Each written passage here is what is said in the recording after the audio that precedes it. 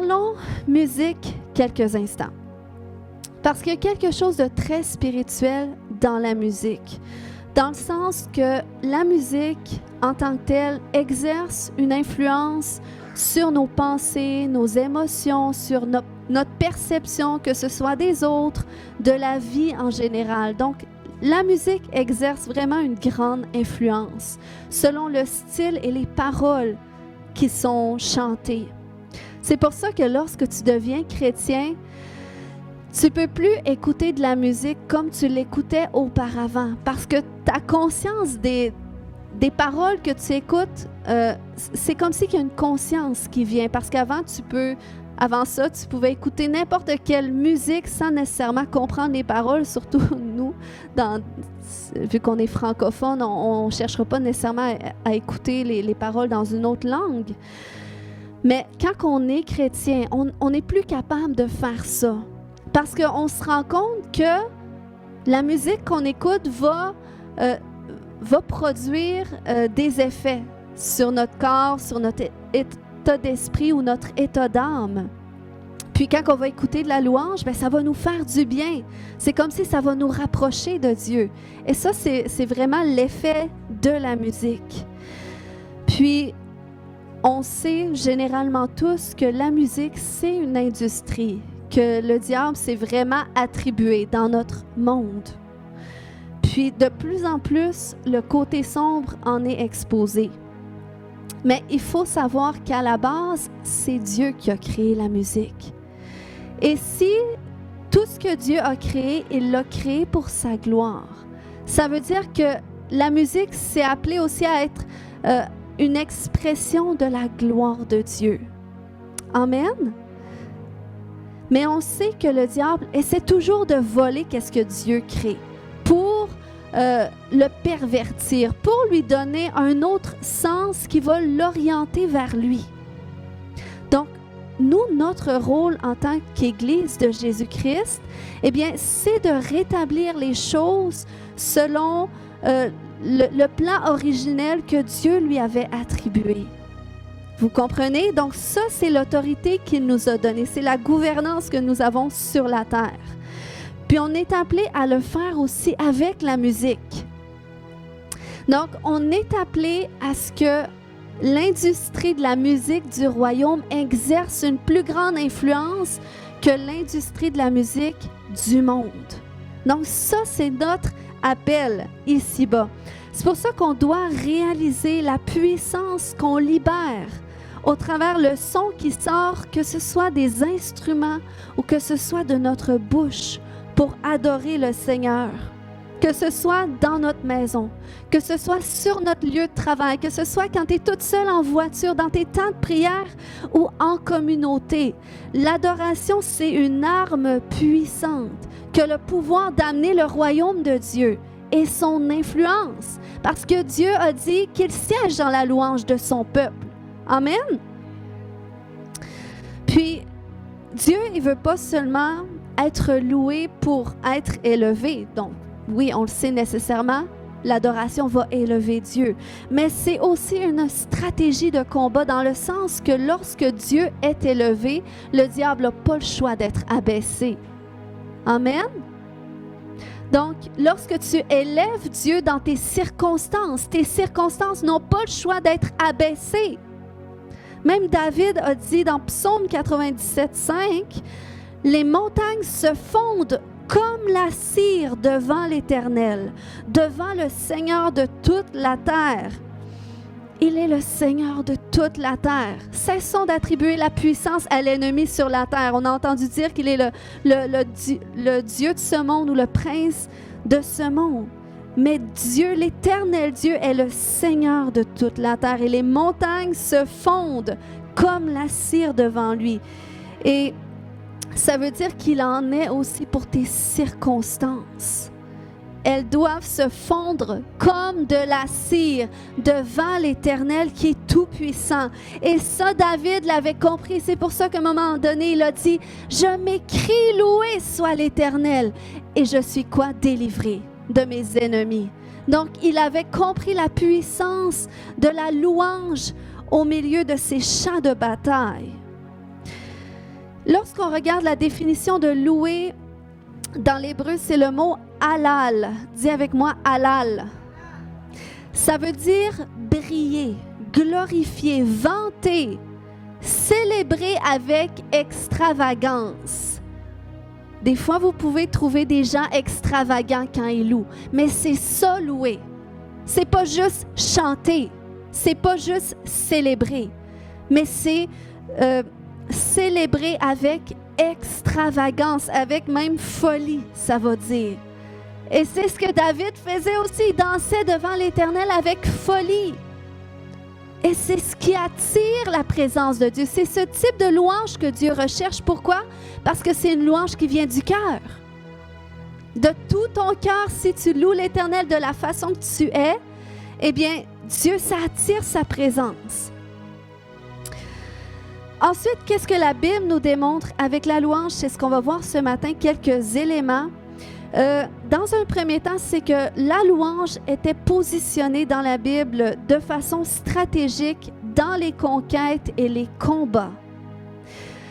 Un élément qui va l'illustrer, c'est le fait que la tribu de Juda, bon, on sait que Jésus, oui, provient de la tribu de Juda, il y a beaucoup d'éléments qui sont associés. Il n'y a aucun hasard avec Dieu. Donc, ce n'est pas pour rien que Jésus vient de cette tribu-là. Mais Juda, ça signifie aussi louange. Et ce n'est pas pour rien que dans l'organisation de l'armée d'Israël, eh bien, on va voir dans certaines histoires de la Bible que la tribu de Juda était souvent placée en tête de cortège lors des déplacements et en position de première ligne lors des batailles. La tribu de Juda, la tribu qui signifie louange, elle était placée en tête. Donc, on voit un exemple, je n'ai pas la référence ce matin à l'écran, mais dans Juge 1 au verset 1 et 2, ça dit qu'après la mort de Josué, les Israélites consultèrent l'Éternel pour savoir quelle tribu devait aller la première attaquer les Cananéens. Et l'Éternel répondit, c'est Juda qui ira la première. Je livre le pays en son pouvoir. Donc la louange, puis on va voir d'autres éléments qui confirment cela. On voit par exemple la louange qui va libérer des stratégies de guerre. Qui des fois se sent en guerre? On est dans une guerre. On vit des choses qui sont éprouvantes. On est constamment éprouvé. Mais lorsqu'on adore le Seigneur, lorsqu'on élève le nom du Seigneur, eh bien, on crée un environnement favorable où est-ce que les stratégies du Seigneur peuvent être libérées. Parce que oui, quel que soit ce que tu vis, Dieu a des stratégies. Il a des stratégies pour t'aider à passer au travers ce que tu vis pour que finalement ces circonstances-là ne t'engouffrent pas. Donc, on voit un exemple dans la Bible avec... dans le fond, c'était le roi d'Israël, le roi de Juda et le roi d'Édom. Okay, qui sont arrivés à ce point où est-ce qu'ils devaient aller contre le roi de Moab. Parce que le roi de Moab s'était soulevé contre eux, donc ils se sont mis les trois ensemble, ils ont dit en unité, on va aller contre eux, on va aller les combattre. Et là, la Bible va dire qu'ils ont fait 7 jours de marche, puis après 7 jours, ils ont manqué d'eau, et là, ils ont réalisé, mais attends un petit peu là, est-ce que tout ça, c'était un coup monté pour que finalement, on se fasse abattre? Ils ont comme réalisé, on a oublié de consulter Dieu. Est-ce que c'était vraiment le plan de Dieu qu'on ait là? Combien des fois ça arrive? Qu'on entreprend des choses, et là, qu'on réalise, j'ai-tu consulté Dieu avant de m'enligner dans tout ça? Donc, c'est ce qu'ils ont fait. Et là, le roi Josaphat va dire, attends, je connais un prophète pas loin, allons le chercher, allons connaître la parole de l'Éternel associée à notre situation. Et là, ils sont allés chercher ce prophète-là, et le prophète, pour donner la parole de l'Éternel, pour que ça puisse couler, il a dit, allez me chercher un harpiste, qu'on me joue de la harpe. Et je vous ferai connaître la parole de l'Éternel. Donc, c'est ce qu'ils ont fait. La Bible va dire dans 2 Rois 3,15, comme le joueur de harpe jouait, la main de l'Éternel fut sur Élisée. Alors que le son de la musique s'est fait entendre, oh, la révélation, elle a coulé. Voilà ce que vous devez faire. Donc, c'est ce que produit la louange. Tu es dans une situation où est-ce que tu ne sais pas quoi faire. Tu te sens dans un gouffre, tu te sens bloqué, tu te sens peut-être confus. Commence à louer le Seigneur. Commence, que ce soit à mettre une instrumentale, que ce soit commencer à chanter un son, une chanson qui va venir dans ton cœur. Ça va créer un environnement favorable pour que la parole de l'Éternel te soit faite entendre, te soit fait entendre. Amen. Donc, l'adoration libère les stratégies de guerre. Ensuite, l'adoration libère l'intervention divine de Dieu. Donc, à un moment donné, on voit une autre histoire où est-ce que 3 peuples et leur armée se sont concertés pour aller attaquer le peuple de Juda. Et là, qu'est-ce que le roi Josaphat, encore une fois, il a fait? Il a publié un jeûne. Il a commencé à rassembler la communauté, le peuple, et ils ont commencé à prier. Et là, il y a un prophète qui est venu, qui a fait connaître finalement qu'est-ce qu'il devait faire pour remporter la victoire. Puis, finalement, ils ont reçu la parole de l'Éternel, ils ont reçu la conviction que, OK, Dieu nous livre ces peuples-là entre nos mains, donc voilà, nous allons combattre contre eux. Et regardez qu'est-ce qu'ils ont fait dans leur stratégie de combat. Dans 2 Chroniques 20, au verset 21 à 23, ça nous dit que le roi s'était concerté avec le peuple et avait placé en tête de l'armée des musiciens pour louer l'Éternel et la majesté de sa sainte personne. Il allait en combat, là, contre 3 grosses armées qui ont des armes. Mais eux, l'arme première, c'était la louange, c'était les instruments. Et ça dit qu'ils se mirent en route devant les soldats en armes, en chantant « Louez l'Éternel, car son amour durera toujours. » Et regardez au verset 22, « Au moment où ils entonnèrent leur cantique. » Dis avec moi, « Au moment. » Ça dit, l'Éternel plaça une embuscade contre les Ammonites, les Moabites et les habitants des monts Séhir qui venaient attaquer Juda, de sorte qu'ils furent battus. Et au verset 23, ça dit que les Ammonites et les Moabites se dressèrent contre les habitants des monts Séhir et les exterminèrent. Et quand ils eurent terminé avec eux, ils se jetèrent les uns sur les autres jusqu'à s'anéantir.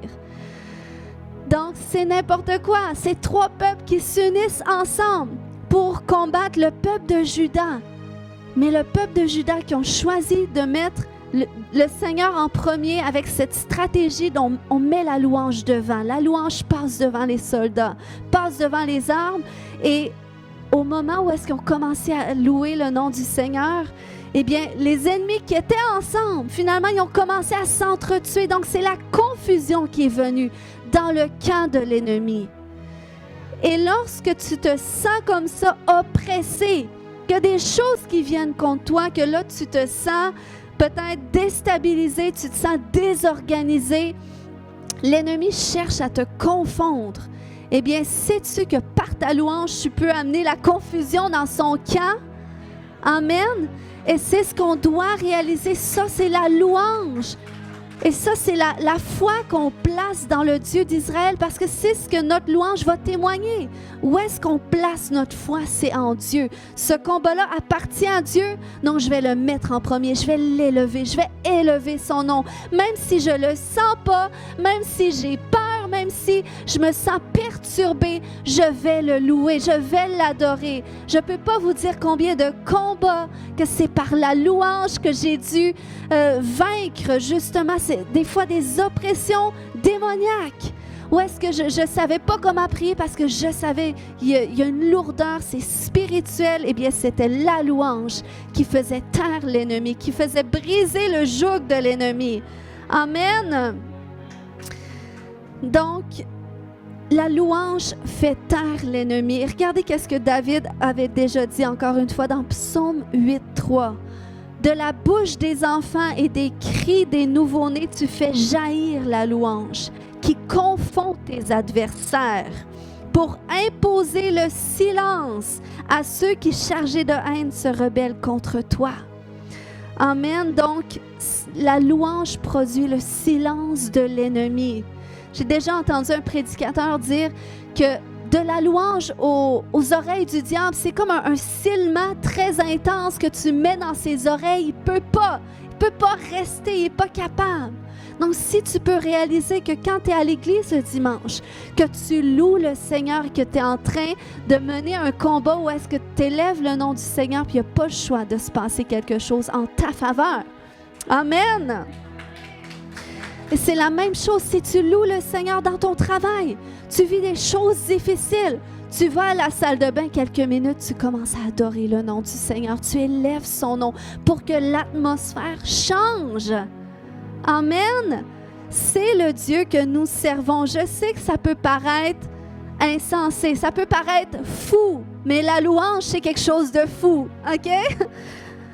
Ensuite, une histoire que j'aime beaucoup dans la parole. On voit à un moment donné que l'adoration a libéré le salut collectif ou le salut territorial parce qu'il y a un groupe de personnes qui a été sauvé suite à la louange qui a été chantée. Donc, cette histoire, c'est avec Paul et Silas. La majorité, on connaît. À un moment donné, ils se trouvaient sur une terre où est-ce qu'il y avait un esprit de divination qui régnait sur ce territoire-là. Dans le fond, c'était en Macédoine. Puis, ce peuple gréco-romain, eh bien, ils adoraient le dieu grec Apollon. Puis, ceux qui servaient Apollon, c'était des prêtresses qui prophétisaient par divination à Apollon pour partager le message qu'elles recevaient. Puis, vous savez, ces prêtresses-là s'appelaient des Pythie. Puis c'est un esprit de python, OK? C'est pas pour rien que c'est un esprit de python. Dans le fond, il a chassé l'esprit parce qu'il savait que c'était une telle prêtresse parce que, bon, j'irai pas trop loin pour ceux qui connaissent pas l'histoire, mais ça dit finalement que Paul et Silas sont arrivés sur ce territoire-là parce que Dieu les a conduits là. Et on voit dans Actes 16, au verset 16 à 17, que alors qu'ils se rendaient au lieu de prière, une esclave, donc ça c'est cette dame-là, vint à notre rencontre. Elle avait en elle un esprit de divination, donc d'autres versions disent un esprit de python. Et ses prédictions procuraient de grands revenus à ses maîtres. Elle se mit à nous suivre, Paul et nous, en criant à tue-tête, « Ces hommes-là sont des serviteurs du Dieu Très-Haut. Ils viennent vous annoncer comment être sauvés. » Et ça dit qu'elle fit cela plusieurs jours de suite. Donc, on s'entend que qu'est-ce que cette dame-là disait, c'était vrai. Mais l'affaire, c'est que c'était une tentative de manipulation spirituelle. Pourquoi? Parce que dans la culture juive, quand tu annonçais l'identité de quelqu'un avant que lui-même la dévoile ou avant que ce soit le temps par Dieu qu'elle soit dévoilée. C'était comme une tentative de domination sur cette personne-là. Le fait qu'elle les annonçait par la divination, elle était en train de se servir de leur propre mission pour elle se mettre au devant aussi. Puis, quand je dis ça par rapport à la culture juive, comme de quoi que justement, c'était pas quelque chose qui se faisait parce que Jésus, on se souvient, lorsqu'il était dans le temple, et qui enseignait à un moment donné, au travers une personne, il y a un esprit impur qui s'est manifesté. Et il a commencé à dire, « Qu'y a-t-il entre nous et toi, Jésus de Nazareth? Tu es venu pour nous perdre. » Et là, ils ont dévoilé son identité. Ils ont dit, « Nous savons qui tu es le Saint de Dieu. » Mais le fait qu'il dise ça, c'était pour tenter de dominer son autorité à Jésus. Donc, c'est pour ça que Jésus, sur le champ, il a chassé ces esprits-là. Donc, c'est pour ça que même Paul, il savait que non, c'est pas normal qu'on soit annoncé comme ça avant même que nous-mêmes, on se soit annoncé. Il y avait quelque chose de spirituel, il y avait une manipulation. Donc, ça nous dit que Elle a fait ça plusieurs jours et à la fin, Paul, excédé, se retourne et dit à l'esprit, « Je te l'ordonne au nom de Jésus de sortir de cette femme. » Et à l'instant, il la quitta. Donc, là, cette femme vit la délivrance, mais cet esprit-là qui était en elle avait une connexion territoriale parce que là, il a commencé à avoir des problèmes. Dès qu'ils ont chassé l'esprit de cette dame-là, eh bien là, il y a des gens qui sont venus contre eux, qui se sont soulevés contre eux jusqu'à les jeter en prison parce qu'ils ont dit, t'as peu, ces personnes-là sont des fauteurs de troubles parce que là, ils voyaient que vu qu'ils avaient chassé l'esprit, ils ne pourraient plus avoir autant de gains qu'il y avait au travers de cette dame-là. Donc, c'est ce que la Bible va nous raconter au travers les versets qui viennent après.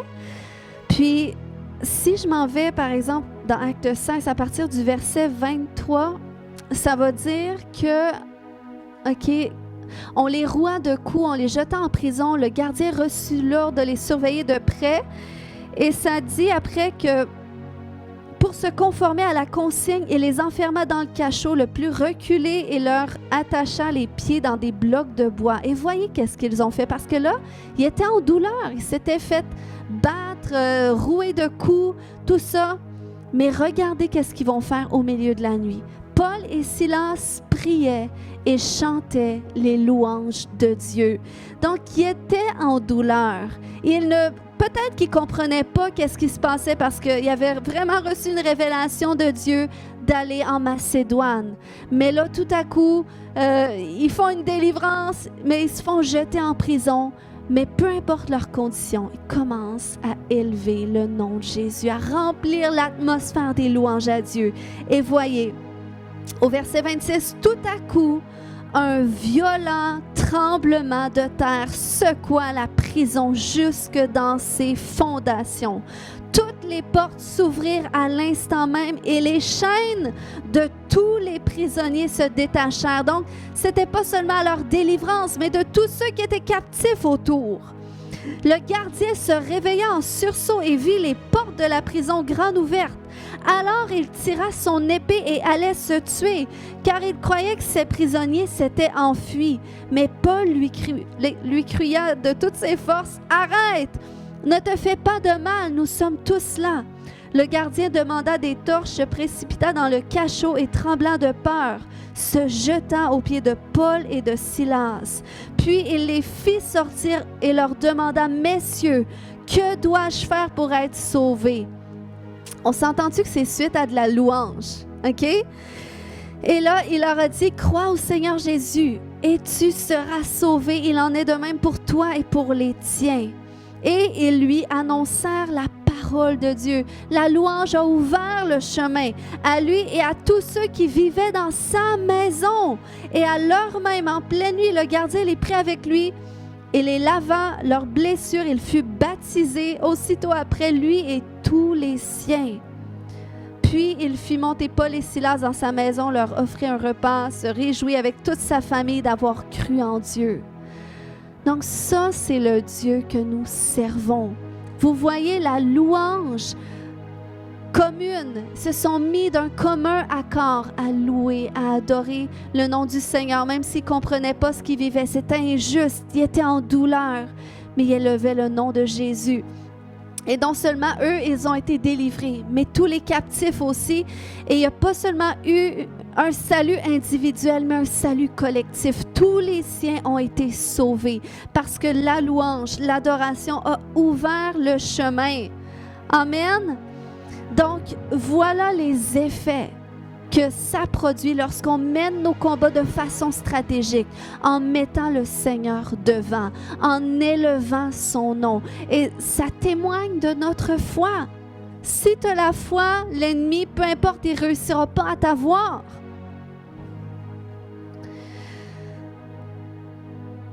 Donc, si la louange, dans les différentes histoires ciblées, a été une stratégie pour libérer la révélation de la volonté de Dieu ou pour libérer l'intervention divine de Dieu quant à la victoire de son peuple ou encore l'intervention divine de Dieu quant à un salut collectif. Qui veut voir des groupes de gens être sauvés? Qui veut voir des âmes être sauvées? Je crois que nous, l'Église, on doit avoir un plus grand fardeau pour le salut des âmes. Mais si on réalise que si on mène le combat avec les stratégies de Dieu, en remplissant nos environnements de sa présence, eh bien, il y a des shifts, il y a des renversements qui vont se produire. Puis on a vu au travers de l'histoire que la louange a prouvé son efficacité. C'est pas juste un cas isolé. Puis j'ai juste soutiré quelques exemples, mais il y en a tout plein. Maintenant, de quelle façon adorer? Eh bien, on peut adorer par les instruments, on peut adorer en chantant, par des hymnes ou par les psaumes. On peut utiliser la parole de Dieu, on peut chanter la parole de Dieu. Ou la Bible va nous parler de cantiques nouveaux. Puis, j'ai joint ça à l'adoration prophétique. Lorsque tu laisses sortir ce son nouveau-là, un chant que Dieu dépose dans ton cœur. Dean Mitchum, qui est un adorateur prophète, décrit la louange prophétique comme une réponse que nous donnons à Dieu. Une réponse à qu'est-ce qu'il dit, une réponse à qu'est-ce qu'il fait. Puis, dans l'Église, où est-ce qu'il fait la louange en Floride, eh bien, souvent, ils ont des temps comme on a de louange, mais ils ont toujours des moments où est-ce qu'ils vont laisser aller les instruments et ils vont se mettre à chanter en fonction de qu'est-ce qu'ils ressentent que Dieu fait. Dieu guérit, ils vont chanter la guérison. Dieu délivre, ils vont remplir l'atmosphère de chants qui suscitent la délivrance. Puis, vous savez, des chants comme ça, prophétiques ou des cantiques nouveaux, la Bible, c'est quelque chose qu'elle nous enseigne de faire. On voit quelques versets, j'en ai pris 2 ce matin, dans Psaume 40. Au verset 3, ça nous dit « Il a mis dans ma bouche un cantique nouveau, une louange à notre Dieu. Beaucoup l'ont vu et ils ont eu de la crainte et ils se sont confiés en l'Éternel. » Donc, Dieu veut mettre en toi un cantique nouveau. Et pas juste dans ton cœur, mais il veut le faire sortir de ta bouche. Et le prophète Ésaïe aussi a dit, dans Ésaïe 42, 10, « Chantez à l'Éternel un cantique nouveau. Chantez ses louanges aux extrémités de la terre, vous qui voguez sur la mer et vous qui la peuplez, îles et habitants des îles. » Donc, chanter à l'Éternel un cantique nouveau. Donc, c'est comme au lieu de louer Dieu de façon habituelle, de façon rituelle, tu le loues avec ton cœur, avec l'inspiration qui va monter sur ton cœur en réponse à qu'est-ce qu'il a fait ou qu'est-ce que tu ressens qu'il veut faire. Puis, on voit cette réponse. Déjà, il y a quelques chants populaires qui véhiculent chrétiens, qui sont des réponses à des choses que Dieu a fait. Puis on le voit au travers l'histoire des chants de louange qui sont sortis au travers l'histoire des réveils. On voit par exemple le chant Amazing Grace. Est-ce qu'il y en a qui connaissent ce chant-là? Ce chant-là a toute une histoire, OK? Il est sorti d'un homme qui était dans la marine, John Newton, et cet homme-là n'était pas croyant. En tout cas, ça dit dans l'histoire qu'il blasphémait. C'était un homme qui vivait sa vie comme les autres sans se préoccuper de Dieu. Mais à un moment donné, il vit un naufrage puis il était sûr de périr. Mais il a été sauvé surnaturellement. Il n'a pas péri et c'est là qu'il s'est vraiment converti à Dieu. Il a vraiment réalisé que s'il était encore en vie, c'était la grâce de Dieu. Et ça nous dit qu'il est devenu pasteur suite à ça, puis il a sorti un chant pour témoigner de la grandeur de Dieu. Puis, qu'est-ce qui est intéressant, c'est que ce chant-là, OK, Amazing Grace, c'est un chant qui a été chanté dans différents mouvements de réveil, parce que ça, on parle dans les années 1800, 1900, dans des grands réveils qu'il y a eu à différents endroits dans le monde, eh bien, ils ont commencé à chanter ce chant-là qui rappelait la grâce de Dieu. Puis, ce chant-là a aussi été chanté dans des temps de conflits et de guerre ou des mouvements d'oppression à travers le monde, donc pas nécessairement dans le monde chrétien. C'est là qu'on voit comment est-ce que il y a des fondements chrétiens chez le peuple américain parce qu'on voit par exemple dans la guerre de sécession entre les années 1861 et 1865, c'était un chant qui était chanté. Ou on voit dans la guerre du Vietnam, c'est un chant aussi qui a été chanté. Durant les funérailles militaires ou des commémorations modernes, c'est un chant qui est élevé. Donc, il y a tout un poids, il y a toute une histoire associée à ce chant-là. Puis, je l'ai écouté, puis je pouvais ressentir ce poids-là, comment est-ce que c'est Dieu qui a inspiré un homme. C'est comme ce chant-là a été une réponse à ce que Dieu a fait. Donc, c'est pour ça que c'est comme une adoration prophétique. Donc, si je te demandais, ce serait quoi le cantique nouveau qui sortirait de ton cœur pour ces temps dans lesquels tu es?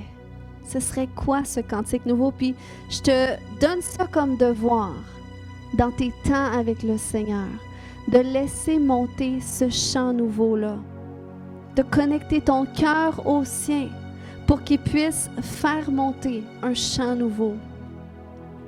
Parce qu'un cantique nouveau, vous savez, c'est comme le vin nouveau que Dieu déverse. Puis, il cherche à le déverser dans des outres neuves. C'est pour ça que ça, c'est notre responsabilité, de chercher à être ces outres neuves dans lesquelles Dieu peut déverser son vin nouveau et il désire libérer au travers de nous un son de triomphe, un son qui va faire trembler l'ennemi, qui va faire taire l'ennemi. C'est le Dieu que nous servons. Puis, lorsqu'on lit la parole de Dieu, vous remarquerez, parce que quand ça parle de son de trompette dans la Bible, c'est encore des louanges à Dieu. Et la Bible va démontrer que les nations attendent de se rassembler après ce son de trompette qui va retentir. Et ce son doit venir de notre bouche, Église de Jésus-Christ. Lorsqu'on unit nos voix ensemble vers le ciel, Dieu répond. Amen. Puis de la même façon, ce qui est intéressant, c'est que de la même façon qu'on peut prophétiser de la part de Dieu, eh bien, on peut aussi chanter de la part de Dieu. Parce que Dieu chante. C'est ce que Sophonie 3.17 nous dit, qu'il s'égaille en nous avec des chants de triomphe. Donc, Dieu, il y a des chants de triomphe qu'il chante sur notre vie. Et nous pouvons chanter ces chants-là, nous aussi. Laisser retentir ces chants-là. Puis si tu es un instrumentiste, tu peux laisser retentir ces chants-là au travers de ton instrument. C'est puissant. Puis en début d'année, j'avais reçu un chant justement. Ce que je vous dis là, associé au chant prophétique, c'est tiré aussi avec Dean Mitchum. C'est tiré d'un cours que j'avais fait, un cours prophétique, et j'avais eu un volet sur le chant prophétique, et je crois que c'est quelque chose qu'on va vraiment développer ici à l'Église. Mais j'avais fait ce cours-là, puis il donnait des exercices que j'ai faits, puis que je vous invite à faire aussi. Mais à vraiment vous connecter au cœur de Dieu et laisser monter un chant, mais de la part de Dieu. Et à un moment donné, alors que j'étais dans un temps de prière pour l'Église, eh bien, il y a un chant qui m'est venu, je vous l'avais déjà dit, mais ce matin, on va l'interpréter. Mais dans le fond, c'était un chant où est-ce que Dieu disait, parce que vous savez, on est l'épouse. L'Église, c'est l'épouse que le Seigneur vient chercher. Donc, nous sommes son épouse. Si tu es un homme, tu es l'épouse du Seigneur. OK? Puis, dans le fond, Dieu disait, mon épouse, je te cherche. Je cherche les profondeurs de ton cœur. Et c'était ça qui remontait constamment. Puis le Seigneur m'avait même dit sur quel air. Donc, je le chantais. Puis vous savez, c'était associé à ce passage de Cantique des Cantiques. Je ne l'ai pas, je crois, mais ça dit au chapitre 3, verset 1, « Sur ma couche, pendant les nuits, j'ai cherché celui que mon cœur aime. Je l'ai cherché et je ne l'ai point trouvé. Mais c'est comme il disait, je cherche le cœur de mon épouse. Je cherche les profondeurs de son cœur. Le Seigneur vient chercher une épouse qui est passionnée, qui soupire après lui, qui le désire, dont ses désirs sont tournés vers lui. Puis, c'est drôle parce que j'avais demandé à Samuel de l'interpréter, qui est notre chantre par excellence. Puis, je lui ai demandé de l'interpréter pour savoir qu'est-ce que ça donne, parce que bon, il y avait mon interprétation, mais je voulais la professionnaliser un peu plus. Et finalement, il a interprété le chant, mais il l'a interprété comme si c'était nous qui chantions « Mon époux, je te cherche ». Puis je trouvais ça bon parce que c'est comme si c'était l'écho, tu sais. Dieu dit « Mon époux, je te cherche ». Mais toi, tu réponds « Mon époux, je te cherche ». Et je crois que le Seigneur nous appelle à cette union de cœur-là, où est-ce qu'on répond à qu'est-ce qu'il dit. On répond à son désir de nous trouver.